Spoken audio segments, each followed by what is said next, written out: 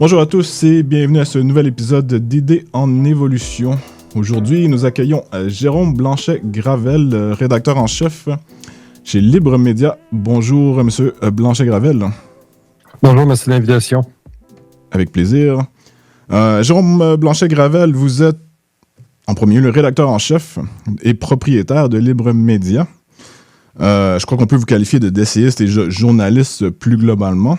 Vous avez récemment publié Un Québécois à Mexico à l'Harmattan en 2021 et Crise sanitaire et régime sanitariste chez Libère en 2022 et La face cachée du multiculturalisme en 2018. En fait, il y a trois autres livres que j'ai recensés. Le Retour du bon sauvage, La matrice religieuse de l'écologisme, Boréal 2015, L'islam dévoilé, Dialogue Nord-Sud 2015, Le nouveau triangle amoureux, gauche, islam et multiculturalisme, accent grave en 2014. Est-ce qu'il m'en manque un? Je crois pas, non? Vous avez publié sur différentes plateformes, Causeur, Conflit, Figaro, La Presse, Le Devoir. Est-ce qu'il m'en manque? Non, j'ai publié quelques textes dans l'Impartial au Mexique. En espagnol, oui, tout à fait. Mais ça fait le tour. Causeur, j'ai été collaborateur régulier. Je le suis encore depuis plusieurs années. Là, c'est un de mes meilleurs, si je peux dire. Pas utiliser un anglicisme d'entrée de jeu. Ouais. Je reviens sur l'Impartial. Vous êtes parlé l'espagnol à un niveau très élevé.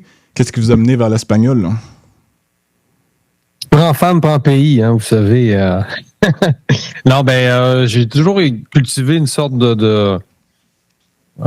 d'amour, on peut dire, pour l'Amérique latine, pour le monde hispanophone en général. Donc, je suis de nature hispanophile. Et depuis plusieurs années maintenant, je côtoie, si je peux dire, le monde hispanophone. Et il se trouve que ma femme est mexicaine, donc plusieurs gens le savent, donc ça aide. Donc, j'ai habité quand même 4 ans à Mexico, la ville de Mexico, au Mexique. Donc, c'est un peu ce que je raconte dans le livre. Le livre est basé sur ce parcours un peu entre deux pays. Hein, donc, cette espèce de, par effet de contraste, j'analyse l'état de la société québécoise, puis la société mexicaine aussi. Mais oui, ça fait maintenant 10 ans que je dois parler espagnol, je pense, à peu près. J'ai 34 ans. Mais c'est très enrichissant. Moi, j'ai 2 axes, là, essentiellement. Là. J'ai la France, puis l'Amérique latine, en gros. Si je résume, donc c'est les deux axes sur lesquels je me promène, si je peux dire. Évidemment, il y a le Québec.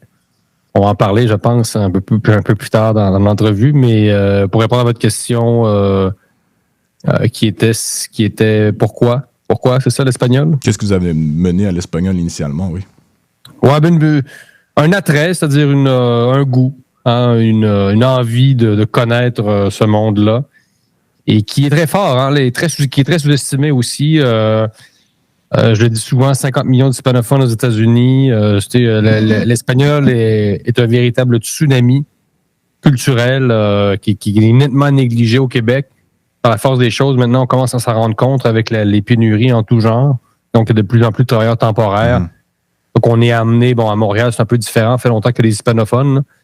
Mais maintenant, c'est à un niveau supérieur en termes d'immigration. Donc, c'est assez fascinant d'observer à quel point l'espagnol peut concurrencer l'anglais aux États-Unis de manière très organique, de manière très spontanée, décomplexée. C'est assez fou. Donc, on n'y échappera pas. Et c'est un monde en évolution. C'est un monde plein d'idées aussi. C'est un monde qui a tous ses auteurs, ses écrivains, ses chroniqueurs. C'est un énorme marché aussi, si on parle en termes économiques. L'Amérique latine, le monde hispanophone, c'est combien de centaines de millions de personnes? Je pense qu'on parle de 500 millions au complet. Là. J'exagère peut-être un peu, mais c'est un monde de débat. C'est un monde de...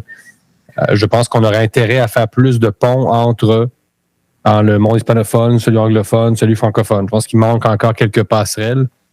Puis j'aime contribuer modestement à créer ces ponts. C'est-à-dire que j'invite des hispanophones sur des tribunes françaises, c'est-à-dire je rapporte leur point de vue. Ça m'est arrivé de faire des entrevues, des rapports en français, à causeur notamment.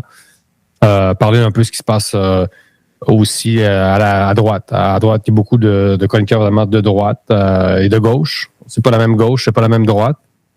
Mais c'est intéressant parce que ça nous fait aussi comprendre que la droite au Québec, c'est une droite aussi qui est évidemment presque inexistante, en fait. Là. Donc, ça fait rigoler parce que quand on côtoie ce qui est la véritable droite en Amérique latine, on comprend que la droite au Québec, là, c'est l'extrême gauche à côté. Là. Donc, enfin, ça nous permet de sortir un peu de la bulle du Québec, puis francophone en général, et c'est ça, de prendre la mesure des phénomènes sociaux autrement. Là. C'est vrai qu'au Québec, on se tourne vers les États-Unis pour des raisons géographiques évidentes et culturelles, ou la France. Il y a toujours eu des liens, par contre, avec l'Amérique latine. On peut penser aux liens... Bon, on parlait de gauche-droite, mais on peut parler aux Félixistes qui se sont retrouvés à Cuba, par exemple. Ben oui. Mais il y a eu d'autres mouvements de gauche qui étaient très populaires au Québec, venant d'Amérique latine, je veux dire.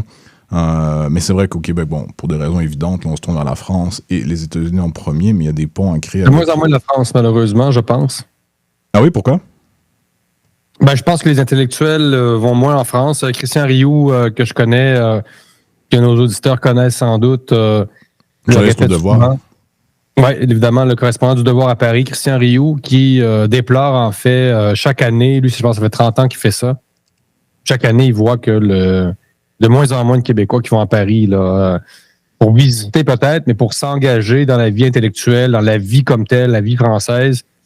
Il y en a encore, évidemment, mais je pense que les jeunes générations se sont plus tournées vers Londres et New York que vers Paris.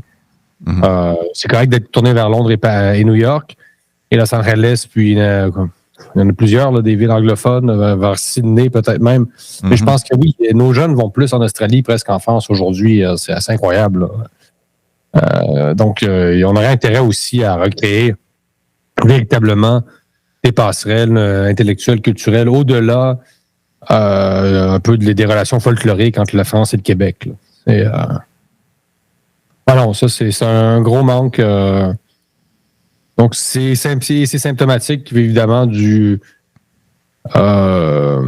l'américanisation, de l'anglicisation du Québec. Là. C'est pas quelque chose de nouveau. Je ne pense pas apprendre rien à personne aujourd'hui en disant ça. Là. Mais que nos jeunes soient plus tournés vers Sydney que vers Paris est assez inquiétant d'une certaine façon. Là. Parce que quand tu ne comprends pas que Paris est la capitale de la francophonie, tu n'as rien compris dans la vie. Là. C'est pas plus compliqué. C'est la base, oui. Ben, tu sais, certaines droites qui plutôt anglophiles, il faut le dire aussi au Québec, qui voudraient se passer complètement de la France, qui ont la ringardise finalement. Notre complexe d'infériorité, c'est presque transformé en complexe de supériorité. Là. On est nord-américain, les Français, bon, ils sont un peu ringards, ils sont un peu dépassés. C'est vrai que on est nord-américain, ça vient avec un certain dynamisme économique aussi. C'est vrai que les Français sont quand même des fois sur des méthodes, disons, plus anciennes. Mais de là à regarder de haut la France parce qu'on serait nord-américain, il y a ça quand même. Il y a une posture qui ressemble à ça. Là. On est plus complexé, c'est bon, envers les Français, mais si ça vient avec une sorte de rejet et de vision folklorisante de la France, je trouve ça assez dommage. La France peut paraître plus hermétique, plus difficile à pénétrer, je peux dire, que le monde anglo-saxon américain.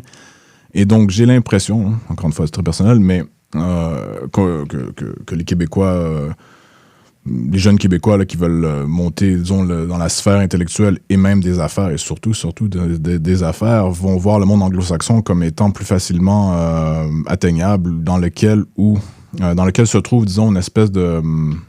Il n'y a pas de moule. Tandis qu'en France, on va en France, la première chose pour y avoir étudié et travaillé, il faut se fondre dans le moule. Après, les portes s'ouvrent, mais au départ, c'est vrai que c'est vraiment pas l'univers anglo-saxon. On entre dans un univers qui demande certaines choses de nous au lieu de l'inverse. On entre dans le monde anglo-saxon. Je ne dis pas qu'il n'y a pas de code, qu'il n'y a pas de ligne à suivre. Il y en a certaines, mais c'est beaucoup moins strict. Donc, il y a peut-être cet aspect-là aussi là, qui fait que notre américanisation de nos esprits nous mène vers ce qui semble être plus facile, tout simplement. Mm-hmm. C'est pas un ou l'autre, hein. C'est pas pour dire qu'il faut rester dans le monde francophone uniquement. Au contraire, là, moi, je suis dans le monde francophone, monde hispanophone, peut-être un jour le monde anglophone, je sais pas. C'est pas un contre l'autre. C'est pas ça, pas une logique manichéenne. Mais je pense que non, il y a un déclin. Il y a un déclin du Québec en France. Et il faudrait. Ça paraît moins en ce moment, non? Avec la présence de Bock-Côté, là, en particulier. Oui, mais il y a ça, mais je veux dire, Bock-Côté fait pas à lui seul. Je veux dire, c'est pas à lui seul qui va reconstruire les liens entre le Québec et la France. Là. On s'entend, là, sa présence est fort respectable et tout ça. Mais je veux dire, Paris est une grande ville. Il y a de la place pour beaucoup de personnes.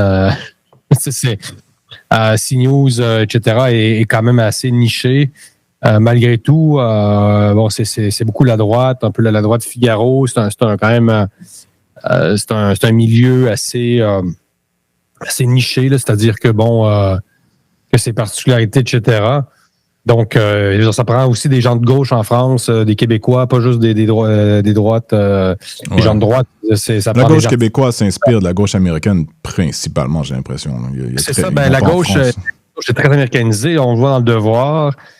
C'est pas juste une affaire de droite ni de politique, là, ce dont je parle. Oui, on a des écrivains qui, une fois de temps en temps, il y en a quand même un certain nombre. Si on voit la librairie du Québec à Paris, les écrivains québécois passent régulièrement là-bas.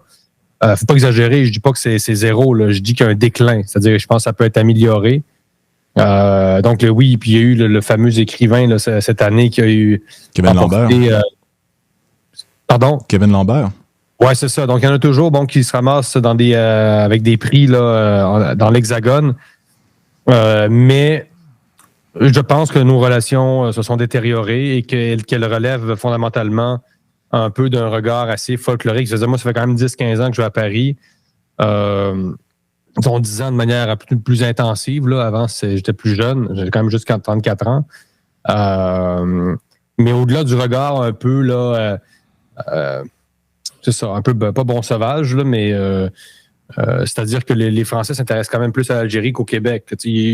Ça marche de deux côtés aussi, cette affaire-là. Là. Des raisons différentes. Et on aime bien dire le Québécois, mais le Québécois, on connaît plus l'Algérien que le Québécois. Il ne faut pas se faire croire non plus que les Français s'intéressent au Québec à ce point-là. Oui, c'est bien d'être Québécois en France, mais c'est ça. Ça marche de deux côtés aussi. Puis les Français devraient aussi faire un effort pour peut-être dépasser un espèce de regard un peu pittoresque du Québec. Là, vraiment, tous les peuples ont des clichés sur les autres. Là. C'est le Mexicain, puis avec le sombrero, tout ça. Le Français de béret, là, tu sais. Donc, ça marche de deux côtés aussi, mais c'est ça. Il n'y a pas une effervescence forte entre le Québec et la France actuellement. Là. Moi, je ne sens pas ça. Je pense que c'est ça. Il faudrait travailler idéalement. Puis je dis pas qu'il faut mettre des subventions là-dessus. Là. Je pense que la culture bureaucratique a ses limites, puis elles ont atteint une certaine décadence. Mais non, ça prend plus que Bock-Côté à Paris. C'est sûr que ça prend plus que ça. Oui, tout à fait. Je dirais qu'il n'y a plus beaucoup de Français qui n'ont pas au moins une personne dans leur entourage, dans leur famille, qui ne vit pas au Québec, ou du moins qui n'a pas assez vers le Québec, que ce soit avec un permis vacances-travail ou quelque chose de similaire. On dirait que le Québec, maintenant, est vu un peu comme, j'exagère en disant une terre d'asile, mais l'intérêt de la France pour le Québec est quasiment un échappatoire là, maintenant. J'ai l'impression, du moins de la part des Français, juste de la France, politiquement parlant, c'est différent, oui. Mais les Français eux-mêmes, je pense qu'on voit le Québec comme étant le Canada, de un. On parle du Canada seulement, plus ou moins du Québec. Mais on voit la chose un peu comme un échappatoire là, pour sortir un peu de l'impasse française. Quand on voit qu'il y a des Français qui émigrent au Québec pour devenir caissiers à l'épicerie, on voit qu'il y a un déclin. Là. C'est-à-dire que là, il y a quelque chose qui s'est passé en France. Normalement, dans un monde relativement normal, c'est les coloniaux qui veulent se rendre dans la métropole et non l'inverse. Donc, quand l'inverse se produit, c'est que s'est passé quelque chose. On n'imagine pas encore un exode d'Espagnols vers le Venezuela. Là. Non, c'est vrai. Ben, c'est peut-être certains des retraités, évidemment, là, etc. Mais normalement, c'est de la colonie vers la métropole. Donc, puis en passant, c'est pas que je respecte le métier de caissier à l'épicerie, là, mais vous comprenez que ça veut dire qu'il y a du chômage en France. Là. Ça veut dire que si des gens sont prêts à venir faire des métiers au salaire minimum au Québec, alors qu'ils sont français, c'est qu'il y a beaucoup de chômage. C'est qu'économiquement, ça va pas ça va pas très bien. C'est que le coût de la vie est trop élevé. Donc, il y a un déclin français. Il y a tout ce qu'on connaît, évidemment, que l'insécurité. Bon, évidemment, l'insécurité culturelle. Insécurité aussi au sens vraiment... Physique. Ouais, l'augmentation des crimes, ou du moins l'augmentation, ou du moins une perception plus, je sais pas, l'augmentation d'une perception de la violence, là, c'est-à-dire que le taux de criminalité est en hausse, je crois qu'on peut le dire. J'ai pas les chiffres en tête, mais ça me semble évident, là, d'après ce que je lis, du moins. Là. Il faut toujours se méfier des phénomènes médiatiques. Mais oui, en gros, je pense qu'il y a plus de criminalité en France que dans les années 70. Là. Donc, puis évidemment, la question du terrorisme, etc., qui a dû effrayer beaucoup de gens, avec raison. Donc, il y a des Français qui, soyons clairs, ne se sentent plus chez eux en France et qui décident de venir au Québec parce que le Québec sera un peu la France d'autrefois. Évidemment, il y a beaucoup de nuances parce que le Québec est évidemment très anglo-saxon. Mais il y a encore là, le Québec reste la porte d'entrée francophone en Amérique du Nord. Donc, Montréal est une sorte de banlieue new-yorkaise francophone, on peut dire, là, pour les Français, par leur imaginaire. Donc, ça permet d'immigrer de manière un peu plus confortable. Là. C'est-à-dire, on reste un petit peu plus dans sa zone de confort. Donc, on entre dans le monde anglophone un peu par la francophonie. Et je pense que c'est un peu ça que... Mais si on parle d'autres Français, là, les Français qui migrent ici pour des raisons de travail, ça, je pense qu'ils seraient prêts à... la langue les favorise, là, mais disons il y a des catégories là-dedans. T'sais, les Français qui migrent sur le plateau Mont-Royal, qui occupent des emplois bien rémunérés, c'est pas les Français qui migrent, évidemment, dans la région de Québec pour être caissier à l'épicerie. Là. On s'entend, là. Il faut faire quand même aussi des distinctions, là. Ben, je vous dirais qu'il y en a, des caissiers, des Français qui viennent travailler comme caissiers sur le plateau Mont-Royal. Là. C'est pas unique à la ville de Québec, mais on a les deux, là, la classe moyenne professionnelle dans la trentaine, quarantaine, là, qui décide de faire carrière au Québec. Et des plus jeunes qui passent par les emplois qu'on associe d'ailleurs à la jeunesse, là, comme caissier et autres. Ce qui, bon, on peut se Moi, je vois des femmes de 50, 60 ans, françaises, immigrées, qui viennent s'installer au Québec pour occuper des emplois au salaire minimum. Des hommes aussi de cet âge-là. Des Français qui ont 60 ans qui deviennent commis de dépanneur. Il s'est passé quelque chose en France, c'est clair. Ça, c'est vraiment symptomatique de quelque chose, là. Forcément. Là. Oui, il y a quelque chose qui se passe, hein, tout à fait. Peut-être un non-dit. Il y a un malaise profond qui n'est pas entièrement articulé de leur côté. Je me rappelle, là, c'est vraiment anecdotique ce que je vais dire, mais je faisais de la radio en France, à Rouen, en Normandie. Pendant les présidentielles de 2012, on avait reçu des candidats des deux côtés.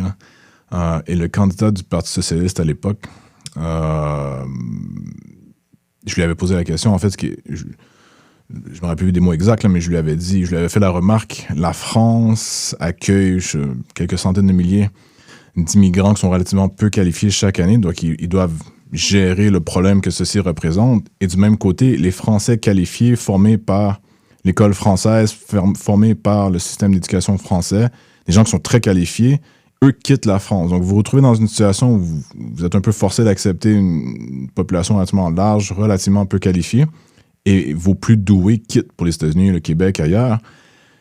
Et la réponse m'avait un peu choqué, mais j'avais pas répondu à l'époque, j'avais comme pas eu le réflexe. Il m'avait dit, mais moi, que des Français quittent à l'étranger pour faire rayonner la France, ben, ça me convient entièrement. De toute évidence, les Français qui quittent la France ne le font pas pour faire rayonner la France, ils le font en grande partie par manque d'occasion, par manque de stabilité économique ou de croissance économique. Ils sont par contre, ils ont un esprit très... pas missionnaire, mais par contre, c'est probablement des peuples qui s'exportent le mieux, hein, d'une certaine façon. Si vous allez à Mexico, il y a peut-être 50 000 Français à Mexico. C'est fou. Les Français sont partout dans le monde. Par contre, ils ont gardé ça sans doute de la colonisation. Mais ça, encore là, je parle pas nécessairement de caissier. Il faut arrêter avec le caissier. On va avoir l'air d'impression. On pensait qu'on dénigre les métiers. C'est pas ça du tout, là. Le service à la clientèle. C'est ça. Mais par exemple, à Mexico, c'est assez frappant de voir la communauté française très, très bien établie. Au Club français de Mexico, on sort des bouteilles de vin. C'est une communauté très bien établie. Puis ça, je pense qu'on peut le répéter dans plusieurs villes, jusqu'en Indochine. Les Français sont très internationaux. Et beaucoup plus que les Québécois, je pense. Après, les Québécois, on en découvre toujours un peu partout. Mais il faut comme les trouver. Hein, maintenant, il faut comme se fasse. Ils vont se cacher plus, les Québécois, que les Français qui s'organisent. Ça doit être vrai à Buenos Aires. Les Français sont partout et ça c'est quelque chose qui m'a toujours assez frappé. Je n'ai pas voyagé partout dans le monde, là, mais les Français sont partout. Il y a toujours des Français quelque part. Donc, ça, c'est probablement. Ce qui est une force aussi. Hein? Pardon? Ce qui est une force pour eux. Oui, sans doute. Mm-hmm. Oh, oui, non, ça dénote un trait de caractère. Et, évidemment, les Français sont très inquiets, sont très pessimistes pour leur pays en général, même voire très cyniques. Mais ils ont encore beaucoup de force. C'est pas un peuple à terre. Là. Il faudrait quand même aussi qu'ils fassent attention à ce pessimisme un peu exagéré. Même, on pourrait parler, certains parlent de déclinisme. Il y a une vision un peu apocalyptique quand même, partagée à droite beaucoup, de cette France qui, la chute française, là, ça reste que la France, c'est-à-dire beaucoup d'atouts. Il n'y a pas de raison que la France s'effondre complètement. Là, c'est quand même fou les discours là, sur le déclin. Là. Oui, il y a un déclin. Moi, je parle aussi du déclin au Québec. Mais non, il y a encore beaucoup de raisons de se réjouir d'être français, franchement. Il ne faut pas exagérer. Puis, il faut arrêter avec ce cynisme un peu. Il y a une psychologie française très cynique, un peu alcoolique. Là, je fume des clopes, c'est fini la vie. Puis bon, c'est bon, là. Ouais, tout à fait. Passons au Libre Média. Parlez-nous de Libre Média. Vous êtes rédacteur en chef et propriétaire. Quels sont les projets? Quel est le statut? Quelles sont vos ambitions? Qu'est-ce que Libre Média en termes de ligne éditoriale? On vous écoute. Oui, Libre Média a été fondé à peu près un petit peu moins que 2 ans. Au début, moi, j'étais pas propriétaire, donc j'étais engagé comme rédacteur en chef et finalement, la première direction m'a cédé graduellement, disons, le contrôle de cette entité-là, Libre Média. Donc, moi, ça fait à peu près maintenant 1 an et 1 mois que je suis directeur général de Libre Média. D'ailleurs, je porte un peu 2 chapeaux. Là. Est-ce que, idéalement, peut-être séparer les 2 chapeaux qui sont celui de DG et celui de directeur en chef. Et pour l'instant, c'est comme ça que ça fonctionne. Puis, on est très contents. Moi, je suis très satisfait du chemin parcouru en 2 ans. Puis, durant cette année-là où j'ai pris la direction, la chaîne YouTube est en pleine expansion. Les statistiques sont très bonnes. Évidemment, on aspire à engager plus de gens graduellement. C'est toujours des questions de budget. Donc, par contre, le défi qu'on a eu à l'automne, c'est le blocage de la page Facebook. Vous savez, avec C18, les contenus d'actualité canadiens ne sont plus accessibles sur Facebook et Instagram. Donc, ça fait diminuer notre circuit, notre trafic sur la plateforme de presse écrite. Parce que Libre Média, c'est essentiellement 2 choses. Libremedia.com avec un trait d'union et la chaîne YouTube. Hein. C'est comme les 2 pôles principaux, donc le pôle écrit et le pôle vidéo. Et donc, le blocage de la page Facebook avec C18 a fait diminuer, je l'avoue très, très sincèrement, là, en toute transparence, la circulation a diminué, mais ça aurait été très étonnant qu'il n'y ait pas d'impact. Sinon, ça veut dire que Facebook ça ne sert à rien finalement pour les médias et c'est pas du tout ça. Donc, là, il faut graduellement un peu compenser, mais on travaille très fort à redynamiser, à utiliser d'autres canaux. Donc, on rappelle sur YouTube aux gens, là, vous regardez des vidéos, mais il y a aussi Libre Média où on fait de la presse écrite. Donc, c'est les 2, c'est complémentaire.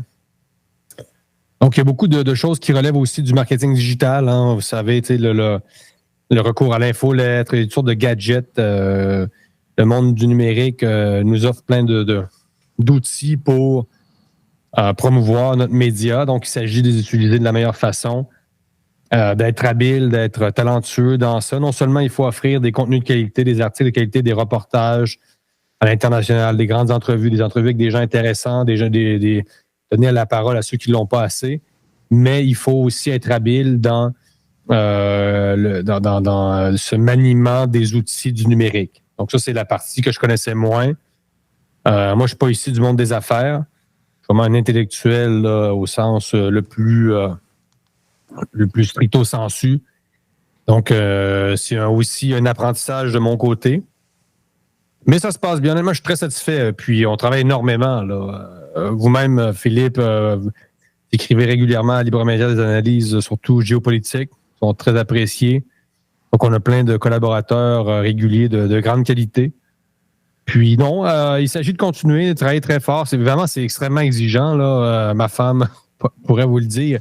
Pour les gens qui m'imaginent sur la plage au Mexique, d'ailleurs, j'ai jamais été à la plage au Mexique. En passant, j'habitais à Mexico. Là, ça me fait toujours assez sourire. Là, c'est parce que maintenant, c'est une ville de 25 millions, Mexico. Peut-être comprendre que je suis pas à la plage. Parenthèse refermée. On ne fait pas la différence entre le Club Med et le Mexique comme pays. On ne fait pas la différence entre le Club Med et le Mexique comme nation à part entière. Ça, j'en reviendrai jamais de ça. Écoute, le Mexique, t'as payé 130 millions de personnes. T'as payé en Amérique du Nord, puis on est nord-américain. Je comprends. Donc, je comprends que culturellement, on s'imagine l'Amérique du Nord, c'est Canada et les États-Unis. Là. Mais géographiquement, le Mexique est en Amérique du Nord. C'est un pays de 125, 130 millions de personnes. Vous comprenez que c'est pas négligeable. Là. On ne peut pas dire... si vous pensez que le Mexique, c'est la même chose que Cuba et la République dominicaine, vous en manque un gros bout là, sur le continent. Un énorme bout.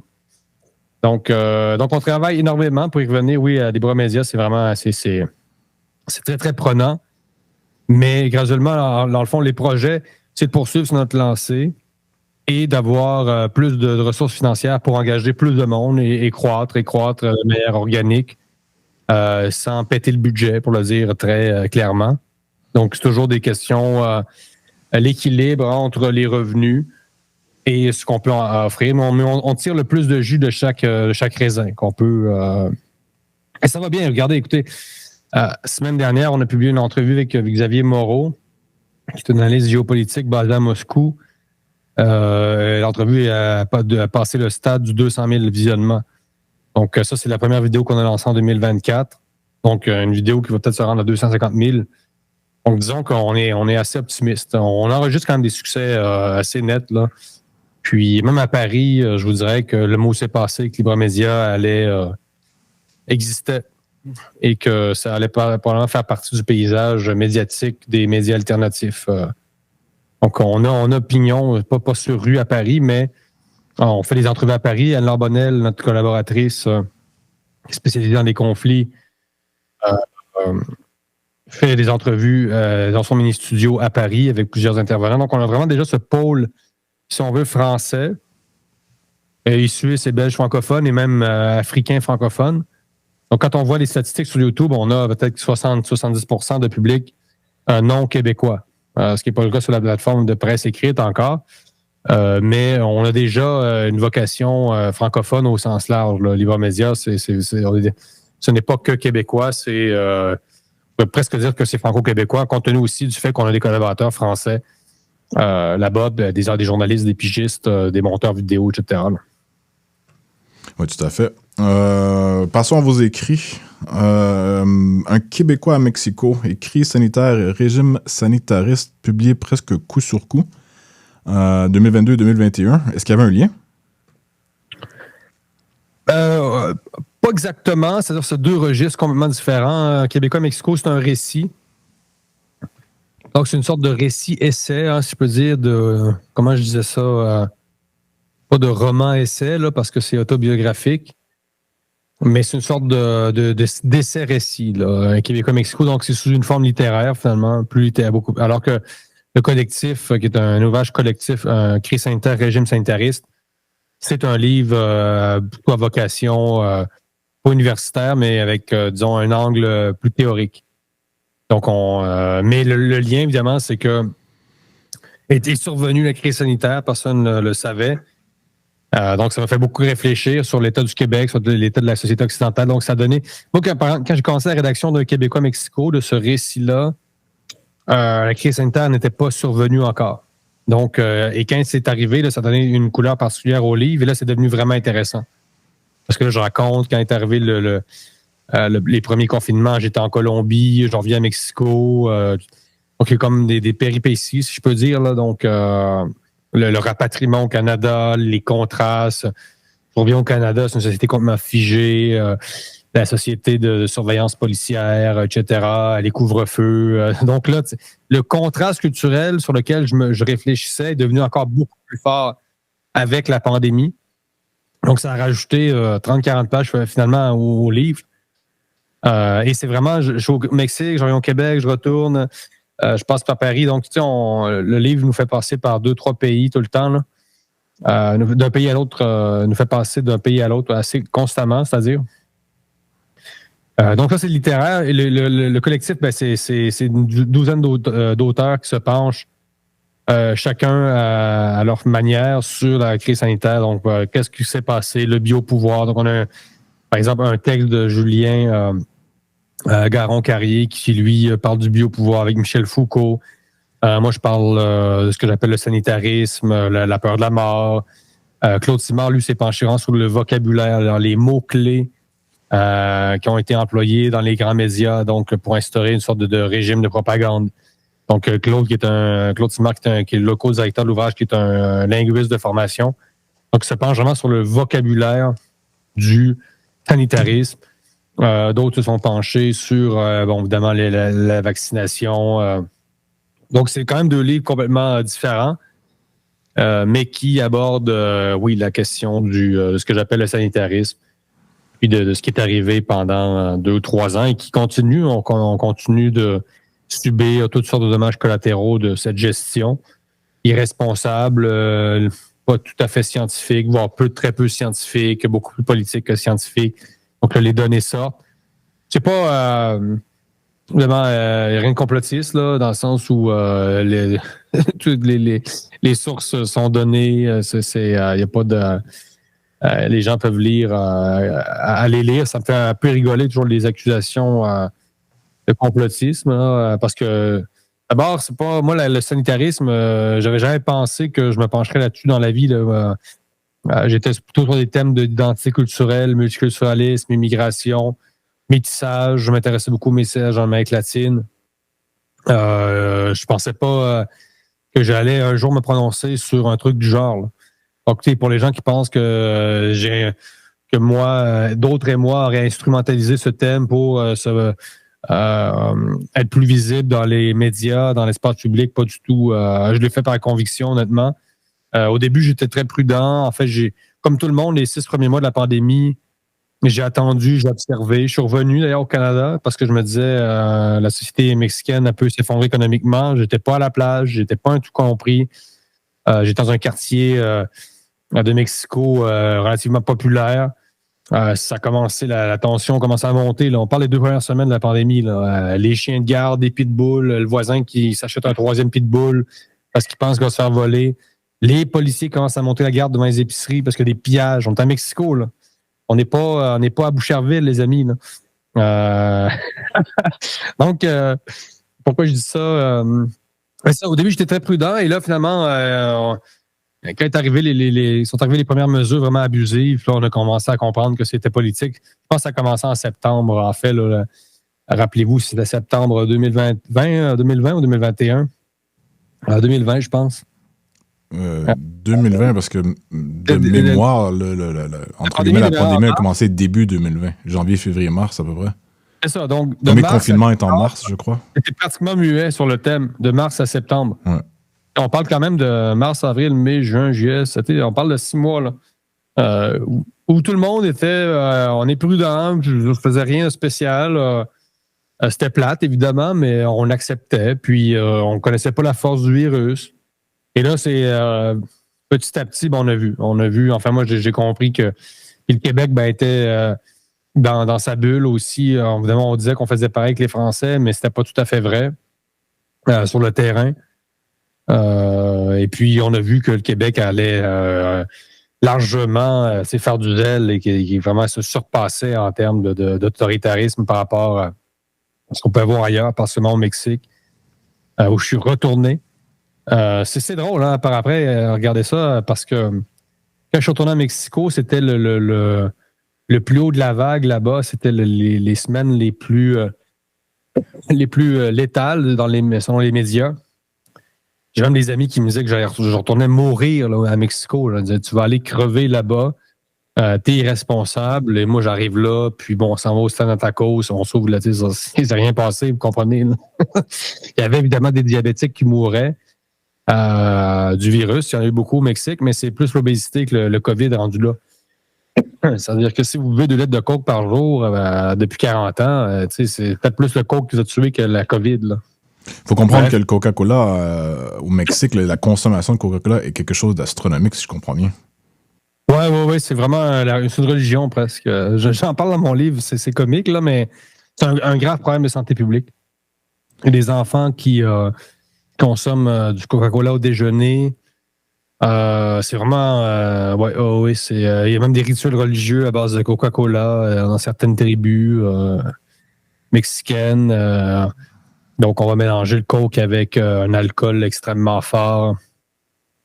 C'est vraiment, non, le Pepsi n'a aucun avenir véritable. Si vous voulez investir, je ne sais pas si Coca-Cola est en bourse au Mexique, et je ne mettrais pas mon argent dans Pepsi au Mexique, là, oubliez ça. Ils ont perdu la guerre marketing. Quand... oui, non, eux autres, c'est vraiment, ils n'ont pas 20% du marché, il faudrait vérifier, là. Mais je ne sais pas si on va parler de ça aujourd'hui, mais c'est un côté intéressant, je pense. C'est comme la Vierge, presque. Là, c'est-à-dire le Coca-Cola au Mexique, si on rentre au dépanneur, tous les formats existent. Là, entre le 100 litres puis le litre, le 4 litres. En fait, ils ont des 4 litres là-bas. Nous, je pense qu'on s'arrête à 2. Oui, il me semble. Tout existe, là, en vitre, en bouteille, refermable, récupérable. 130 litres, 140 litres, 262 litres, pas de litres, mais millilitres. C'est le camion rentre là au dépanneur au Mexique, puis c'est que du coke presque. En tout cas, bref, ils adorent ça. Non, c'est intéressant, mais le fait que vous avez voyagé, voyager peut-être pas le terme là, dans le sens où vous vivez à Mexico, au Mexique, ainsi qu'à Québec et au Québec. Ça vous a donné une perspective que, comme vous avez mentionné que un de vos amis vous disait vous allez mourir au Mexique. Il y avait une certaine, c'est pas une paranoïa, mais c'est peut-être une espèce de phobie de tout ce qui venait de l'extérieur, comme si le Québec était tellement supérieur pendant la pandémie parce qu'on était heureux des mesures contraignantes à l'excès. On les demandait, en fait, je comprends votre critique, là, vous avez parlé d'autoritarisme, mais est-ce que c'est un autoritarisme qu'on le demande? Pendant la pandémie, au début, je parle de moi-même ici, là, mais j'étais plutôt d'accord avec les mesures. Je me dis, même qu'au départ, je pensais que ça allait nous frapper beaucoup plus rapidement et beaucoup plus fort en termes de mort, mais aussi en termes de santé publique. Là, les conséquences allaient être très graves parce que je suivais les nouvelles provenant de Chine du mieux que je pouvais. Et d'Italie, je me rappelle très bien le début de la pandémie en Italie faisait peur. On parlait de stades entiers contaminés, puis là, il y avait des cercueils empilés un par-dessus l'autre, des photos qui circulaient. Ça faisait peur. Donc au début, j'étais plus ou moins critique des mesures, mais après, ça s'est transformé en une espèce de pseudo-religion, je devrais dire, où on sait notre supériorité culturelle était proportionnelle à pas la gravité, mais la sévéritude des mesures sanitaires. Et c'est des étrangers, oui, qui m'ont dit, en fait, oui, le Québec est beaucoup plus loin que de tous les autres et il y a une différence. Moi, naïvement, je croyais que les mesures étaient relativement les mêmes dans différents pays, mais non, en effet, le Québec était beaucoup plus avancé. Ouais. C'est ça qui est intéressant. Moi, je me suis mis un peu par intérêt intellectuel, évidemment, à analyser tout ce qui était mesures sanitaires, etc. Et je suis allé à Paris durant le passeport vaccinal et moi, et là, j'étais à Mexico, je vais à Paris depuis Mexico à ce moment-là. Et là, je me dis, la France va être à peu près entre le Mexique et le Québec. Et en fait, je pensais que le Mexique était plus proche du Québec que du Mexique. Et oui, il y avait le passeport vaccinal, mais c'était assez rare quand même que les restaurateurs me le demandaient. Et souvent, c'est monsieur, allez vous asseoir et on vous le demandera plus tard. Ce qui était impensable au Québec où on vous cartait finalement à l'entrée des Normandins dans un délire absolument incroyable. Les commis du Walmart étaient devenus des douaniers sanitaires, donc investis d'une mission. Là, ce qu'on a vu à quel point on était ticoun et que vraiment, le simple fait d'être investi d'un peu d'autorité vraiment nous rendait tout à fait là, euphorique, presque là, ivre d'autorité qu'on a acquise. C'est un peu pathétique, là, peut-être le réflexe de coloniser. Mais non, les gens... parce qu'il y a les mesures théoriques décrétées par l'État et il y a comment les gens les suivent. C'est le rapport aux mesures. Et ça, il faut avoir un peu faut être assez fin intellectuellement pour comprendre la différence, là, parce que j'ai essayé de l'expliquer, puis c'est pas toujours... Les gens, c'est les mêmes mesures. Ouais, non, mais le rapport aux mesures, ça veut dire, je comprends, là. C'est pas la même chose, les mesures et comment on y obéit, comment on y réagit. Et c'est là que c'est dans cette réponse aux mesures qu'on voyait comment les peuples... qu'on voyait la couleur propre à chaque peuple, si je peux dire. Donc, je suis allé en Colombie aussi durant la crise sanitaire. Et dans chaque pays, il y avait une culture qui est différente. Il y avait un rapport aux règles qui était différent. Je veux dire, au Mexique, par exemple, ils ont suivi à peu près aucune règle, mais ils mettaient beaucoup le masque. Et là, pas plus extrêmement incohérent. Donc, on avait cette espèce de cette volonté d'être ostentatoire dans notre adhésion au sanitarisme, mais c'était comme le gars qui va à la messe le dimanche et qui part voir sa maîtresse après. Là. C'était vraiment ça. Le Mexique catholique, très hypocrite. Donc, on affiche, tu rentres quasiment dans un bordel et là, tu as un truc, distanciation sociale. Ouais, mais c'est parce qu'on est dans un bordel, tu sais. Mais non, j'exagère, je suis pas allé là, évidemment. Là. Mais ça, c'est très mexicain, là. C'est-à-dire... j'avais un voisin qui a porté le masque tout le temps, puis il recevait 50 personnes la fin de semaine. Toute la famille était là, dans un 4,5. Il y avait ma tante, tout le monde a les mains dans les chips. Puis le monde, ils se mettent un masque en sortant dehors. Là. Vous comprenez? Ça, c'était très, très mexicain. En Colombie, on retrouvait moins ça. Beaucoup moins de masques, mais un passeport vaccinal pour entrer dans des musées. Ça, c'était un peu étrange. Au Québec, moins de masques dans la rue qu'à Mexico. Il faut dire Mexico est une ville de 25 millions. Là, donc, même avant la pandémie, il y a des gens qui mettaient des masques à cause de la pollution. Donc, il y a toujours ça là, qu'il faut considérer. Mais au Québec, ce qui est drôle, c'est que là, on a vraiment abandonné le masque, en grande majorité. Mais on a gardé des traits très réglementaristes, très, très rigides. On est très psychorigide. Là, on adore les règles. Donc, il y a plein de paradoxes dans tout ça. Bref, en tout cas, je m'étais amusé, puis je m'amuse encore à observer tous ces genres de paradoxes. Et c'est là qu'on voit que la science, dans tout ça, c'est parce que quand la science évolue au gré des cultures, c'est que tu vois que la science, c'est très relatif aussi, finalement. Là. C'est l'interprétation des consignes scientifiques change en fonction des cultures. Alors que la science ne devrait pas changer en fonction des cultures. Ça devrait toujours être la science, mais tu vois qu'on est quand même encore dans un monde de culture. Là, et plus que de monde on est dans un monde de croyances, finalement. On n'est pas sorti de la croyance, du religieux, la superstition. Le purel, évidemment, là, c'est très eau bénite. Il y a des gens qui se sont presque dessécher les mains avec ça. Puis quand les églises ont évidemment remplacé l'eau bénite par le purel, là, genre, c'est un sommet. Là, on a vu que l'Église elle-même se soumettait à un nouveau culte.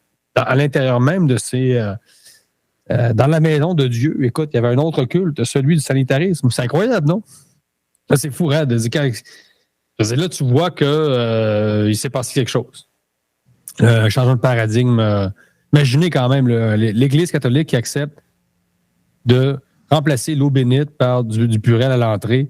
Parce que l'eau bénite serait plus assez saine. Puis c'est incroyable. L'Église s'est soumise au sanitarisme, à la religion sanitaire. On est dans le paganisme. Là. Ouais, j'en ai entendu parler de l'exemple du purel dans les églises. Pour être franc, j'en ai entendu parler là, vraiment sur le coin d'une table, autour d'un verre. C'était pas quelque chose d'officiel. J'ai pas lu d'article à ce sujet. J'ai écrit un article là-dessus dans le Verbe, mais c'est-à-dire que évidemment, il ne faut pas rester focalisé sur cet exemple-là. C'est un symptôme. C'est pas. sais pas, j'écrirais une thèse de doctorat là-dessus, là. Mais c'était symptomatique d'une adhésion assez large à ce qu'on peut appeler une idéologie ou à plus que ça, qui était le sanitarisme. Et au Canada, on pense que la liberté de religion, c'était la liberté fondamentale, et finalement, on a restreint beaucoup la liberté de culte durant la crise sanitaire. Même le libéralisme anglo-saxon qui vénère la liberté de religion. C'est les anglo-saxons qui font la leçon québécoise sur la laïcité. Vous êtes des rousseauistes dégénérés, etc., alors qu'eux-mêmes avaient des limites dans les églises au Canada anglais. Là. Donc, moi, c'est pas un sanitariste du Canada anglais qui me fait la leçon sur la laïcité. Là. Quand on parle de liberté de religion, ça allait très loin, vous comprenez. La liberté de culte a été fortement malmenée durant la crise sanitaire. Là. Au Québec, on s'en fout parce qu'on est plus religieux. Mais c'est dans une perspective anglo-saxonne où on a encore cette valeur-là à cœur. C'est incroyable. Hein. C'est incroyable. La politique du risque zéro dominait surtout. Je pense que oui, c'est ça. Oui. Rendu à un certain point, la politique du risque zéro était l'argument dominant. On n'avait qu'à l'invoquer et toute mesure était donc adoptée et adoptable et surtout, il fallait suivre la chose. On n'était pas seulement, c'est pas seulement la police et l'État qui réglementaient la chose, mais nos voisins allaient nous dénoncer. Là, je pense que c'était Valérie Plante, peut-être même François Legault, je ne me rappelle plus exactement, là, mais avec un des représentants gouvernemental, plus qu'un d'ailleurs, avait incité à la délation, en gros. Donc, on était passé dans un univers un peu soviétique, sanitariste. Là, je peux dire, là, j'utilise des gros mots, là, mais c'est un peu ça. Mais, non, je pense pas que c'est ça. Quand on a voyagé un peu, je le dis, c'était... Les gens, ils croient pas, ils pensent que j'exagère, tout ça, mais pas tout le monde, là, mais mes critiques, je peux dire. Mais non, c'est-à-dire... j'exagère pas, là. C'est-à-dire qu'on était à Mexico... Puis pendant que les gens ici étaient dans un délire incroyable, nous, on est dans une ville où la densité sociale là-bas est beaucoup, beaucoup plus élevée que même à Montréal. Et on rentre dans des restaurants, on peut aller en discothèque. Tu sais, le monde ne mourrait pas. Il n'y a pas de creuser des fosses communes dans les parcs. Là. C'était des moments assez incroyables. Même ça donnait des moments de radio assez fous. Là. J'étais à Radio X le matin. C'était des sommets de confinement au Québec. La terreur dans les journaux, les touristes à tas, tout ça. Tout le monde est enfermé, même à Radio X, chez les animateurs, ne pouvaient même plus aller faire de la radio, je pense, en studio. On a atteint, c'était fou, là. Et moi, Moret, l'animateur Dominique Moret, me demandait tout bonnement chaque matin, toi, qu'est-ce que tu vas faire aujourd'hui? Ben moi, je m'en vais travailler sur un café là, à Mexico. Qu'est-ce que vous pensez qui se passe, là? Mais au Québec, c'était le mur à mur. Là. Et moi, j'étais dans un taxi, vite dans un taxi, mon neveu sur les genoux. C'est ça qui se passait dans le monde. Là. Et nous, passeport vaccinal, distanciation sociale, et tout le tiers-monde continue à être huit dans un taxi. C'est ça qui s'est passé. Le décalage auquel on a assisté était incroyable. Moi, j'ai regardé ça de Mexico, là, je m'en souviens toute ma vie. Là. Puis le fameux dernier jour de l'an, vous vous rappelez, il y a un jour de l'an où le Québec était pratiquement le seul État sur Terre à bannir les festivités, là, les célébrations. Oui. Il y a eu une espèce de couvre-feu de dernière minute. Couvre-feu d'urgence, oui, je me rappelle très bien, avec la conférence de presse surréelle. C'était vraiment, c'est ça, c'était surréaliste. Pyongyang célébrait en grand les célébrations du jour de l'an. Montréal était confiné. Moscou, toutes les villes les plus qu'on imagine. Le bloc de l'Est au complet. Oui, c'est ça, jusqu'à probablement la Birmanie, de n'importe quoi. Et nous, Montréal, qui était fermé, finalement, Montréal était fermé ce soir-là. Et Mexico, évidemment, les pétards, c'est incroyable. Là. Le lendemain du jour de l'an, le 1er janvier, à Mexico, on ne voit plus à 2 mètres tellement les gens ont fait sauter des pétards. Si vous faites de l'asthme, je ne vous conseille pas. Là. Et nous, on s'était là. Puis là, cet été, les feux de la Saint-Jean, ben là, ça va peut-être faire de la fumée et tout ça. Parce que c'est une forêt, le Québec. Là, je ne sais pas si vous pensez que elle est étouffée là. La qualité de l'air à Québec, on ne meurt pas. Là. Pas pour la pollution. Mais je pense pas que ça allait avoir des problèmes de santé à ce point-là parce qu'on a fait un feu de la Saint-Jean. Là. Enfin, c'est vraiment un esprit particulier. On est entré dans une... c'est pas une belle époque pour le Québec. Non, exactement. Il n'y a pas eu de post-mortem, en grande partie parce qu'on a gardé les mêmes réflexes. La même structure mentale est restée. Elle existait peut-être déjà avant, là, mais elle est devenue très évidente pendant la pandémie, l'espèce de moutonnisme. Bon, québécois, là, je généralise, mais la chose n'a pas ou peu été analysée, encore moins décortiquée, encore moins critiquée. Bon, il y en a eu, il ne faut pas exagérer, il y a quand même plusieurs critiques de la gestion gouvernementale de la pandémie, mais je pense que vous avez dit avec... c'est très pertinent, c'est la réaction aux mesures, en fait, du peuple, du citoyen moyen qui était analysée, et ça s'est peu fait. Je pense que la réflexion aurait dû beaucoup venir des nationalistes et ça aurait vraiment été un angle mort assez manifeste de leur côté. Moi, je ne peux pas concevoir qu'on pouvait être nationaliste et qu'on pouvait adhérer à ce degré aux mesures sanitaires. Je pense que c'est vraiment un coup... c'est comme comment on dit, pas un coup fatal, mais porté au Québec, mais c'est de l'acharnement. Et les séquelles de la crise sanitaire pour le peuple québécois à long terme sont déjà catastrophiques. C'est-à-dire pour la vitalité du Québec, ce qui s'est passé pendant 2 ans, c'est catastrophique. C'est-à-dire quand on est nationaliste, quand on croit en la survie du Québec, de sa culture, etc., et qu'on se trompe à ce point-là et qu'on contribue à ce point-là à son déclin, son enfermement sur lui-même. C'est un monde dominé par la peur. C'est terrible. Les séquelles sont plus grandes qu'on croit. Les plaies ne sont pas refermées. Et c'est une erreur gravissime. Le rapport à Noël aussi, on l'a vu, congédier Noël, qui est devenu une fête sans importance. C'est vraiment la dernière tradition du peuple québécois qui est devenue atomisée. Il n'y a aucune spiritualité ici, etc.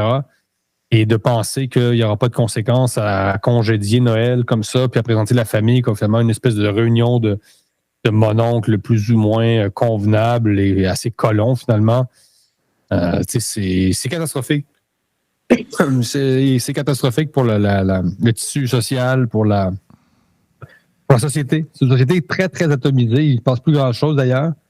Et on se demande si on est vraiment sorti de la pandémie. Moi, je crois pas. Là. Je pense pas qu'on soit sorti mentalement complètement de la pandémie au Québec et personne ne veut le voir, apparemment. On touche au cœur, je dirais, votre critique du Québec contemporain. Là. J'ai relevé quelques expressions que vous avez utilisées publiquement sur les réseaux sociaux, principalement, là, que j'aimerais citer parce qu'elles m'ont fait rire personnellement. C'est la première, repli sur le foyer, société chalet, caste de profiteurs subventionnés. Le Québec est une société déjà trop chère pour ce qu'elle peut offrir. Vous avez l'expression, le hashtag grands enjeux pour rire un peu des médias québécois en voulant dire qu'un chat pris dans un arbre n'est pas un grand enjeu. Donc c'est très sarcastique, là, l'expression oui. Ici, grands enjeux. Les Occidentaux sont devenus des êtres, bon, on parle pas que des Québécois ici, là, mais les Occidentaux sont devenus des êtres inadaptés devant des choses aussi élémentaires que la réalité des sexes et celle de la vie et de la mort. Ça, je crois que ça vient de votre livre, Un Québécois à Mexico. Ouais. Ce qui me ramène à ce que je disais au début là, de mon intervention. Votre critique, je la résume, là, vous en venez à la conclusion que l'Occident et le Québec se dévitalisent, qu'il y a quelque chose de moribond qui se passe là, au Québec, bon, globalement en Occident aussi. Pouvez-vous nous en dire un peu plus à ce sujet-là, plus que psychologiquement parlant, mais au-delà, j'ai envie de dire, de la gestion de la pandémie? Oui. Ça, c'est quelque chose qu'on me reproche souvent. On dit non, mais ce dont tu parles, c'est occidental. Ce n'est pas seulement québécois. Je suis d'accord tout le temps. Mais le problème, c'est que c'est pire au Québec. C'est-à-dire le Québec est comme à l'avant-garde du déclin de l'Occident. C'est sûr que là, les gens vont dire c'est quelque chose. Mais oui, c'est ce que j'observe, moi, personnellement. Puis je suis très déçu. Je suis assez découragé, moi, finalement, par l'état du Québec. Mais c'est ça, le Québec, c'est devenu une société. D'abord, c'est un bar ouvert. Là. C'est vraiment bar open pour tous ceux qui sont rattachés d'une manière ou d'une autre à l'État. Donc, il y a une sorte il y a une sorte de caste, oui, au pouvoir là, qui vit sur des petits privilèges. Il y a toute la question de la médiocrité, c'est-à-dire la médiocrité, c'est pas le régime des pas bons, c'est le régime des moyens. Aussi, quand je parle de médiocrité, faut peut-être que je le précise, c'est-à-dire le médio, c'est le régime du milieu. Medio en espagnol, c'est milieu. C'est-à-dire le Québec, c'est une société du milieu, de la classe moyenne, où finalement il vaut mieux ne pas exceller, il ne faut pas déranger le groupe, il ne faut pas sortir le groupe de sa zone de confort. Donc, il y a un rapport très conflictuel à ceux qui se démarquent d'une certaine façon du troupeau. C'est très pesant, ça amène toute une lourdeur. Et c'est une société qui est devenue aussi assez paresseuse. Moi, ça me frappe aussi. Il faut dire que j'ai des comparables assez extrêmes, là, dans le sens où là, on parle peut-être du Mexique, mais c'est une société qui travaille moins qu'avant. Là. Moi, je pense, là, depuis la pandémie, je pense qu'on a beaucoup nourri la paresse. Le télétravail aussi, ça a changé beaucoup de choses. On a l'impression qu'il n'y a plus d'idéaux ici. C'est une société qui n'est pas animée par plus aucun principe véritable autre que les loisirs. Vraiment, l'emprise des loisirs au Québec, c'est très fort. Les sports d'hiver, tout ça. Donc, les gens vivent pour faire de la raquette, pour faire aller au chalet. Quand on parle de société chalet, c'est au sens psychologique et géographique. C'est-à-dire, un chalet, c'est quoi? C'est un endroit où finalement on va décrocher et on refuse un peu le monde extérieur. Le Québec, c'est ça. C'est le refus du monde extérieur, de l'adversité, le repli dans l'arrière-pays. C'est-à-dire la retraite dans l'arrière-pays. On va fuir, peut-être le colonisateur anglais dans l'arrière-pays. On fuit une certaine réalité qu'on ne veut pas affronter, soit celle de l'anglicisation ou autre chose.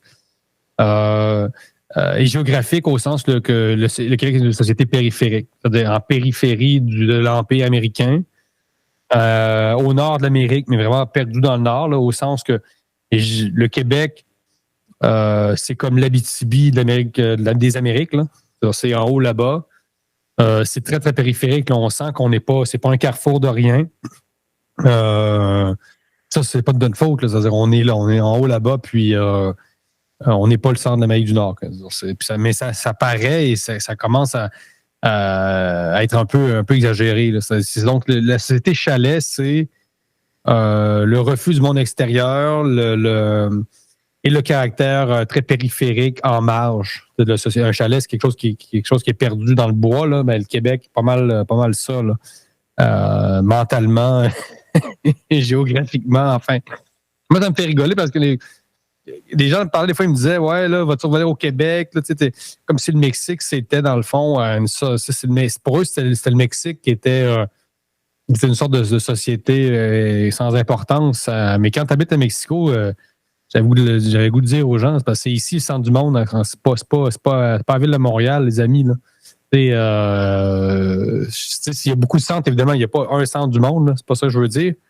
Mais c'est important de se décentrer. Et on se conforte malheureusement, au lieu d'essayer de se déprendre et d'adhérer finalement au monde, puis s'intéresser à ce qui se passe sur notre continent, la crise migratoire, tout ça. Là, on commence à peine à toucher à ce thème-là et on s'y est intéressé seulement à raison du chemin Roxham.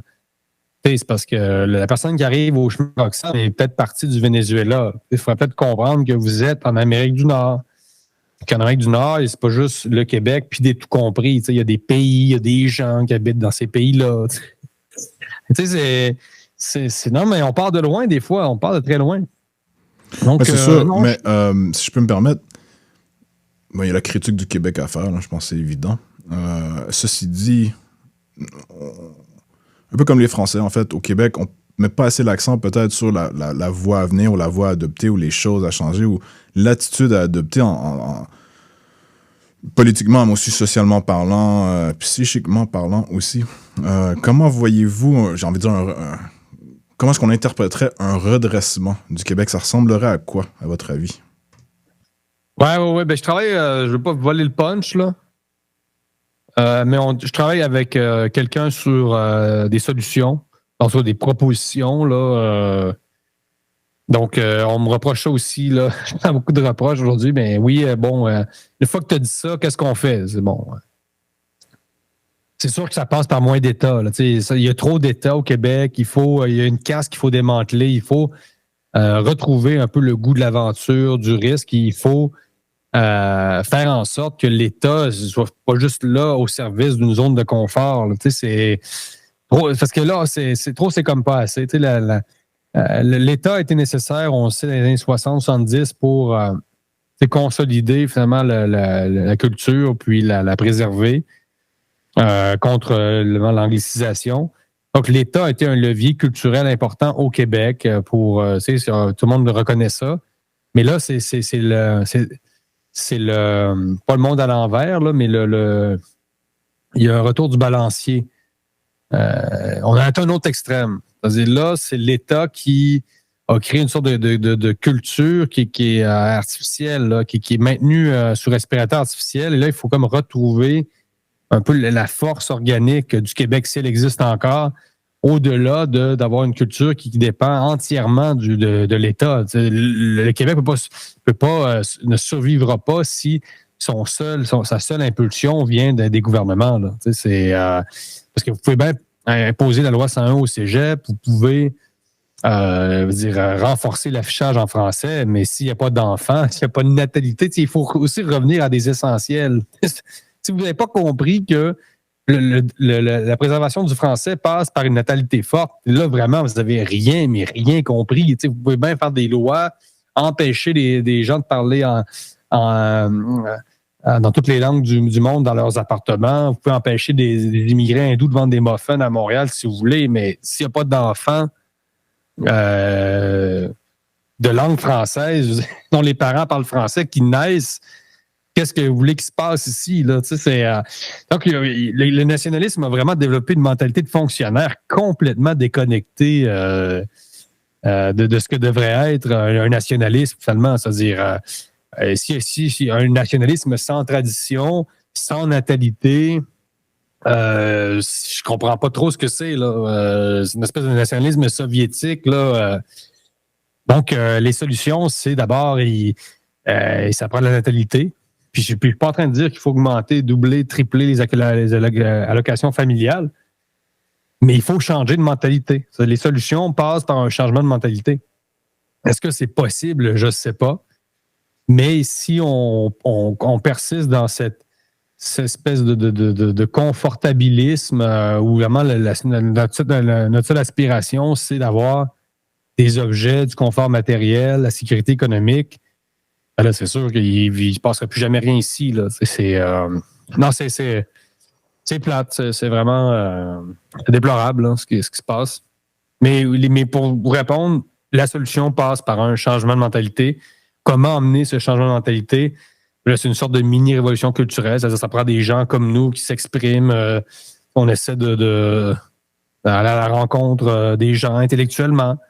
Puis essayer de leur dire, ben là, êtes-vous heureux, vous, dans la vie, dans le fond, êtes-vous heureux? Parce qu'il y a un problème aussi à ce niveau-là. Là. Psychologiquement, on sait que les problèmes de santé mentale explosent.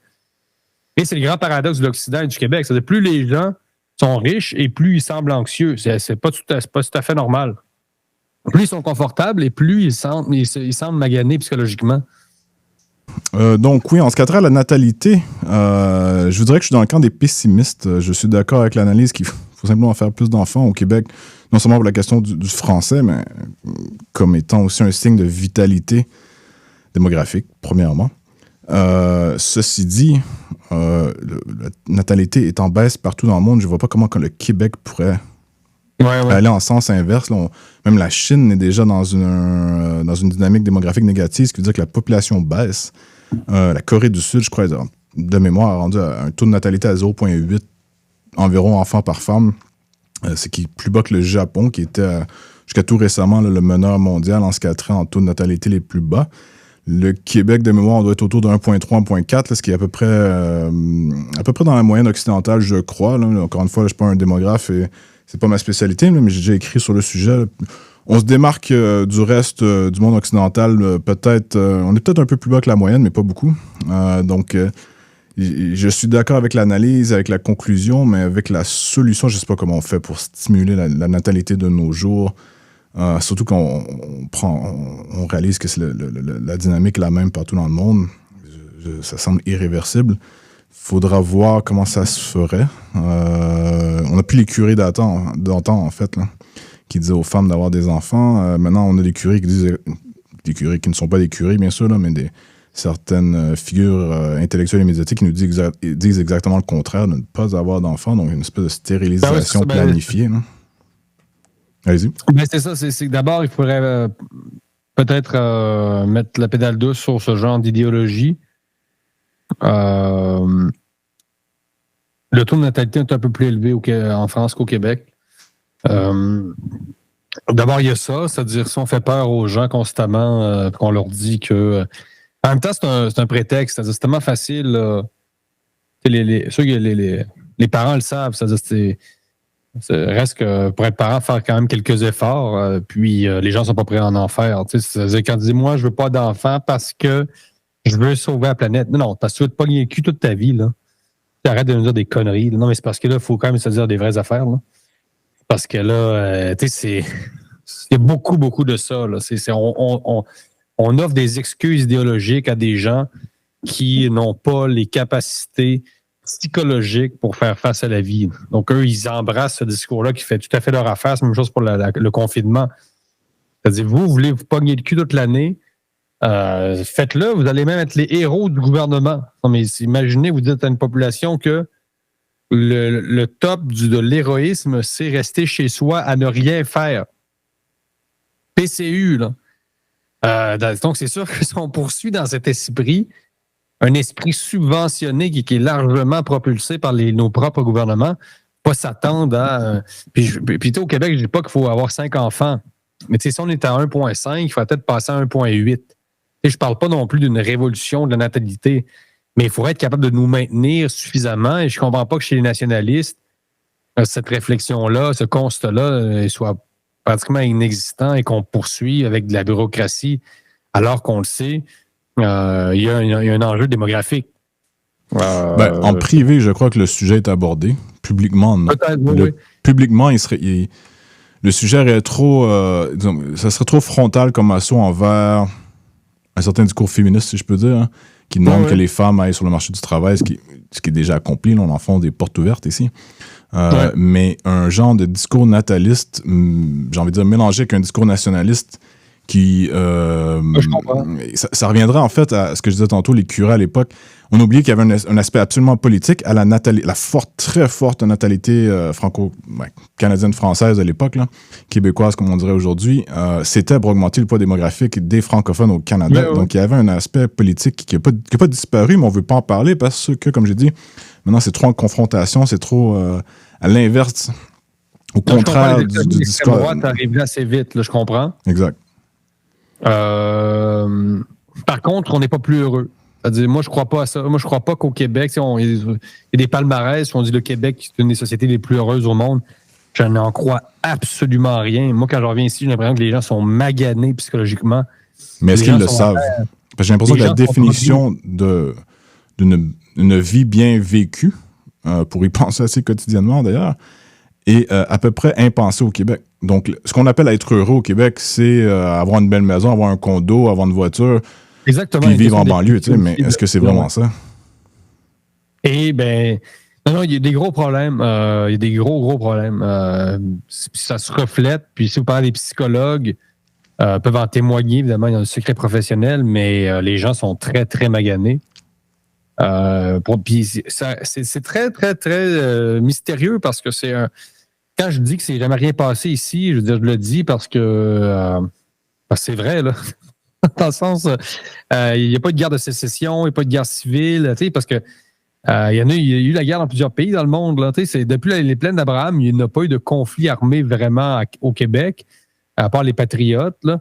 On se demande pourquoi les gens sont si maganés que ça et que les taux d'anxiété, de dépression sont si élevés alors que finalement, les gens mènent une vie si confortable. Moi, vraiment, c'est au quotidien avec ma femme, évidemment, qui est mexicaine, elle, qui connaît les sociétés où il n'y a pas d'argent. Là.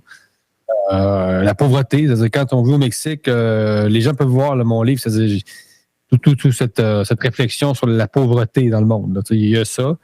Je pense pas que ce soit un livre d'extrême droite, là, Québécois-Mexico. Il y a vraiment une réflexion sur ces thèmes-là. Finalement, les Autochtones au Mexique, évidemment, sont les plus pauvres, etc. Mais c'est très paradoxal. C'est-à-dire, on vient au Québec et là, tu as du monde qui ont le ventre plein, pas à peu près. Genre 2 skidoo, un pick-up, voyage dans le sud chaque année et qui sont complètement détruits psychologiquement. Je dis vraiment, c'est quoi le problème, là? Puis c'est toujours ça partout. C'est la loi du moindre effort. On nivelle constamment par le bas. Non, mais il faut se poser la question, c'est-à-dire pourquoi les Québécois sont les plus grands consommateurs d'anxiolytiques au Canada? Il faut que quelqu'un réponde à ça. On pourrait relativiser en disant que tous les pays occidentaux consomment différents médicaments reliés à la santé mentale de façon astronomique, de façon maladive. Paradoxalement, je crois que le Québec n'est pas mieux, mais je ne sais pas à quel point on est pire que le reste de l'Occident. Dans l'intérieur du Canada, on est dans les plus grands consommateurs de Ritalin, etc. Le recours au Ritalin, là, systématiquement, pour assommer nos enfants, c'est un peu la logique du masque. C'est-à-dire, t'es tannant, fais-donc ta gueule, on te met un masque d'en face, puis on donne du Ritalin. Non, mais vraiment, je sais pas si des gens comprennent ce qui s'est passé ici. L'intolérance aux enfants, finalement, qui est un peu tabou, mais qui se ressent. Enfin, le Québec est plein de non-dits, plein d'interdits, de lois non écrites, très désagréables au jour le jour. Et c'est ça. Mais la natalité, je comprends que oui, si c'est un mouvement, c'est sûr que si un Mathieu Bock-Côté prônait la natalité à grande échelle, là, vraiment, je pense pas qu'il y aurait des réactions. Il y aurait beaucoup de réactions. Et encore, faut-il prêcher par l'exemple? C'est-à-dire, des gens qui n'ont pas d'enfants, qui vont se mettre à dire qu'il faut en avoir, ben, c'est comme, commence par toi-même, hein, mon gars. Il y a ça aussi. Donc, évidemment, tout le monde ne peut pas se mettre à prêcher ça, là, parce que ça pourrait jurer. Beaucoup de vieux garçons au Québec, tu sais. Enfin, je sais pas. J'ai évidemment pas réponse à tout, là. En même temps, j'ai envie de dire, bon, admettons, on prend pour acquis que la natalité ne repartira pas à la hausse, ou du moins pas de façon significative, ce qui veut dire que le vieillissement de la population est non seulement un fait, mais je veux dire, c'est un aboutissement inévitable. Et la réponse à ce constat est toujours, il faut plus d'immigration. Jamais, peut-être qu'on devrait ajuster la société et se préparer au vieillissement au lieu d'essayer de l'inverser par une immigration qui, elle aussi, va tôt ou tard s'arrêter, tout simplement parce que les pays du Sud, eux aussi, leur taux de natalité chute drastiquement. On parle de l'Amérique latine, mais l'Amérique latine était connue pour être une pépine, si on veut, à enfants. Et aujourd'hui, on voit que les taux de natalité chutent en bas du taux de remplacement, qui est à peu près 2,2 enfants par femme en moyenne. Ce qui veut dire que bientôt, il y aura simplement plus assez de force vitale, si je peux dire, à aspirer. Et donc, on ne pourra pas éviter la chose, mais on en parle comme si c'était... on n'en parle pas, justement. Ouais. Ce que je veux dire, c'est qu'on ne parle pas de cette solution qui serait peut-être de gérer le déclin démographique en espérant que tout le temps, on atteigne un certain équilibre qui va être difficile à atteindre dans le sens où tant que ton taux de fertilité n'atteint pas le 2,2 enfants par femme, ben oui, tu vas décliner, mais je veux dire, le monde entier va décliner. Hein. Je pense que les prédictions les plus alarmistes, si je peux dire, prédisent la population mondiale devrait atteindre le 9, peut-être 10 milliards, si on est chanceux, d'ici 2030, 2040, 2050, je vais dire, et retomber à 4 milliards début du 22e siècle. Ça pourrait très bien changer d'ici là, on s'entend. C'est drôle parce que c'est un discours qui est complètement... c'est tout le contraire de ce qu'on entend, évidemment, chez les écologistes. C'est-à-dire, eux, on ne parle que de surpopulation et finalement, des gens comme toi, comme vous, comme Elon Musk, disent non, nous, on est très inquiets. Il faudrait en Merci de me comparer à Elon Musk, c'est très flatteur. Ben oui. Donc, c'est drôle parce que c'est complètement en contre-courant de ce qu'on entend. Ça, d'abord, il faudrait peut-être le dire quelque part. Libre Média serait une bonne place pour faire ça. Ouais, écoute, mais oui, je le répète, le Québec, évidemment, est intégré à l'Occident, un pays occidental qui a les mêmes problèmes. Mais mon impression, pour connaître l'Espagne, la France, c'est que c'est amplifié. C'est amplifié au Québec. C'est un peu plus fort, voire beaucoup plus fort. Et le rapport à la vie, on a vraiment sombré plus qu'ailleurs, je pense, dans le matérialisme. La gauche nous parlait de ça, du matérialisme. Ouais, au Québec, on est super matérialiste. Là. Je ne sais pas si les Québécois s'imaginent qu'ils sont moins matérialistes que les Américains. Franchement, c'est juste que vous allez vous contenter du Honda Civic à la place de la Ferrari, mais vous êtes autant, sinon plus matérialiste. Là. C'est tout ce qu'on appelle les choses de la maison. Les mobiliers de jardin qu'il faudrait renouveler chaque année. Les gens ont absolument rien à foutre. La petite vie. Ouais. Je ne sais pas contre les mobiliers de jardin, mais trouvez-vous une passion autre que la randonnée pédestre et le renouvellement du mobilier de jardin, s'il vous plaît. Là. Et quand vous aurez d'autres intérêts, peut-être qu'il se passera quelque chose d'intéressant ici. Mais d'ici là, il y a beaucoup de chemin à faire. Avant qu'on se quitte, je veux absolument qu'on parle de l'univers médiatique québécois. Vous avez un rôle particulier, disons-le comme ça, au sein de celui-ci. Vous avez de l'expérience internationale en ce qui a trait à l'univers médiatique, ou aux médias en général, là, je devrais dire. Quelle est votre analyse de l'univers médiatique québécois? Vous l'avez critiqué, là, je devrais dire, très ouvertement et très sévèrement durant la pandémie, depuis aussi. Je crois que vous avez une critique acerbe, c'est pas une insulte venant de moi. Mais comment voyez-vous la chose au Québec en termes d'univers médiatique? Ben, j'en reviens au même point, c'est-à-dire c'est la même chose qu'on observe en Occident, mais pire. Les Français, souvent, se reconnaissent dans ce que je veux dire du système médiatique québécois. Mais je le rappelle souvent, non, mais c'est pire. En France, il y a encore quand même plus de places où on peut s'exprimer librement, ou presque librement, qu'au Québec, où vraiment on baigne dans une consanguinité intellectuelle et idéologique vraiment alarmante. C'est dû à plusieurs facteurs, évidemment toute la culture des subventions, le conformisme, la moutonnerie, très, très ancré, évidemment, parce que c'est comme si la menace culturelle faisait en sorte qu'il fallait être solidaire et du groupe. Être solidaire du groupe, c'est jamais s'en écarter, jamais s'élever finalement par rapport à lui. Quand on dit qu'on est nivelé par le bas, donc on est toujours ramené vers le bas, on est toujours tiré vers le bas. Mais c'est inquiétant. On l'a vu durant la pandémie, c'est pas normal qu'il y ait eu 2, 3 ou 5 personnalités publiques qui a véritablement critiqué la gestion de la crise sanitaire sur 8,5 millions de Québécois. C'est quelque chose d'absolument, c'est peut-être du jamais vu. Je ne sais même pas si c'est possible en Union soviétique, honnêtement. Imaginez, là, on a été combien de chroniqueurs à critiquer ouvertement et fermement la gestion de la crise sanitaire, à part Radio X. On parle de 2 ou 3 animateurs qui eux, sont beaucoup dans la politique. D'autres sont plutôt dans le divertissement. On était 5, là. C'est absolument normal et absolument troublant. Et que Québécois n'ait pas joué le rôle qu'il aurait dû jouer avec ses chroniqueurs dits de droite. Ça n'a pas été... je pense que c'est un mauvais choix aussi éditorial de Québécois. Je pense qu'ils en payent le prix. Ils vont en payer le prix longtemps. Sur le plan de la crédibilité, ce qui s'est passé à Québécois durant 2 ans, je pense que ça va les suivre longtemps. Puis c'est pas parce que je suis dans un microcosme, c'est-à-dire, je comprends que moi j'ai un public qui est hostile aux mesures sanitaires, là, mais je pense pas que ce soit parce que je vois pas ailleurs. Là, c'est que je pense qu'il y a des journalistes qui ont perdu beaucoup de crédibilité en appuyant ce point-là le gouvernement. C'est-à-dire, il y allait même au-delà en fait du gouvernement. C'est-à-dire les journalistes, quand pour critiquer le gouvernement, en fait, ils leur demandaient pourquoi vous n'allez pas plus loin, pourquoi vous êtes plus sévère. C'était ça les questions quand on vous laisse monter critique. Donc, finalement, on faisait toujours des passes à palette au gouvernement.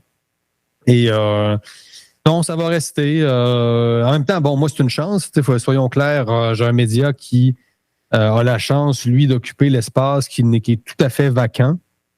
Donc, moi, d'une perspective d'affaires et éditoriale, c'est une occasion en or, soyons très honnêtes. On a un espace qui est devant nous, qui est à prendre. Et ça fait tout à fait notre affaire dans ce sens-là, mais comme dans une perspective sociologique, je déplore tout de même le fait qu'il y ait une sorte évidemment d'unanimisme, mais aussi cette fixation sur les faits divers, ce qu'on appelle les grands enjeux, vraiment, le Québec est de plus en plus tourné vers lui-même, vers des histoires, des anecdotes, à des chiens, des chats prédateurs à Rock Forest. Il y a vraiment des perles incroyables qui sortent semaine après semaine. Et ce serait le temps d'élever le niveau. Là.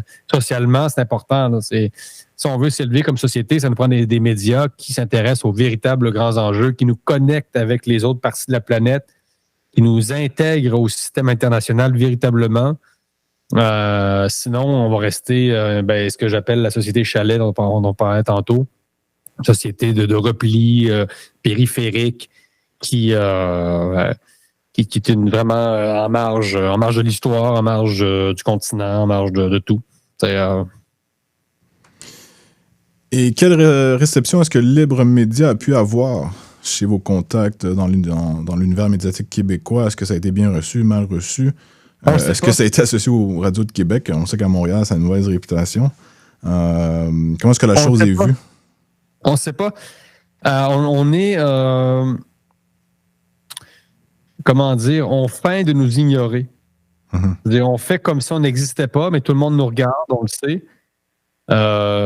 Puis même des fois, on reprend des intervenants qu'on a interrogés.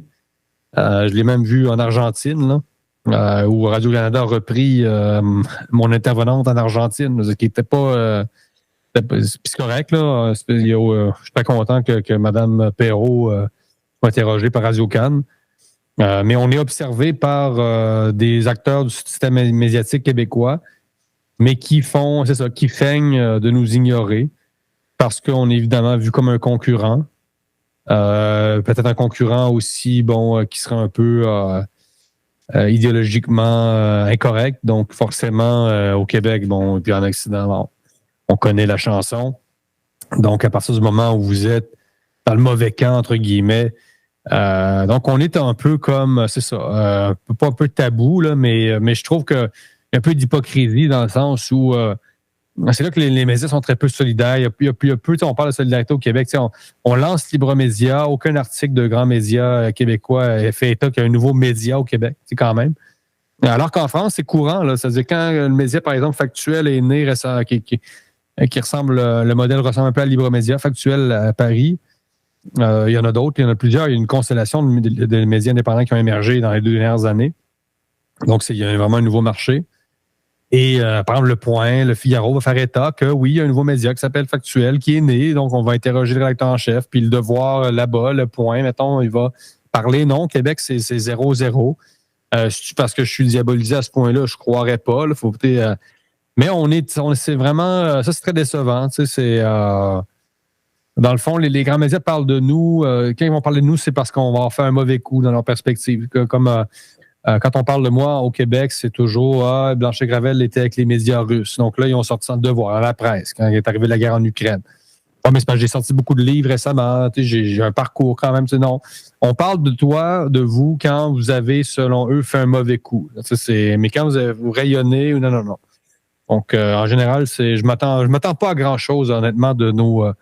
faut dire qu'on leur tape dessus aussi, avec grand plaisir. On se moque d'eux. C'est mutuel. On se moque d'eux beaucoup. Moi, je me moque beaucoup des grands médias. Donc, je ne m'attends pas non plus à être récompensé par eux. Là. Je ne pense pas que je vais être nommé personnalité de l'année par Le Devoir. Là, ça m'étonnerait beaucoup. Je ne pense pas que François Legault va partager mon livre. Des affaires de même. C'est sûr que c'est des choix aussi, puis c'est des vocations. Mais je ne m'attends à rien. Je ne m'attends pas grand-chose de nos collègues, malheureusement. J'ai du respect pour plusieurs d'entre eux, mais le Québec, ça reste un petit... les gens se protègent leur petit terrain, installent leur clôture, puis... mais chose certaine, on est observé. On le sent, on le voit, et des fois, ça déteint sur certains d'entre eux. À force de se moquer de leurs grands enjeux, peut-être bien qu'un jour, ils vont se fournir vers des vrais grands enjeux, peut-être. Oui, tout à fait. Jérôme Blanchet-Gravel, on peut se procurer vos livres, Un Québécois à Mexico et Crise sanitaire, régime sanitariste dans toutes les bonnes librairies. Bien sûr, on peut aller à libremedia.com, libremedia avec un trait d'union. Oui. Est-ce que vous avez d'autres plateformes sur lesquelles on peut vous trouver, à Twitter peut-être, ou X maintenant? Oui, sur X. Retrouvez-moi sur X et retrouvez Libre Média sur X également. Facebook, non, pas en ce moment, pas au Québec. YouTube? Oui, bien sûr, YouTube, 30 000 abonnés, on vient de franchir le cap. Ça marche assez bien. Parfait, mot de la fin? Merci beaucoup, merci de l'invitation et j'espère, Philippe, que votre podcast va connaître un grand succès. Merci beaucoup. Dès les prochaines semaines. Ouais. Merci beaucoup. À la prochaine. Merci, bye.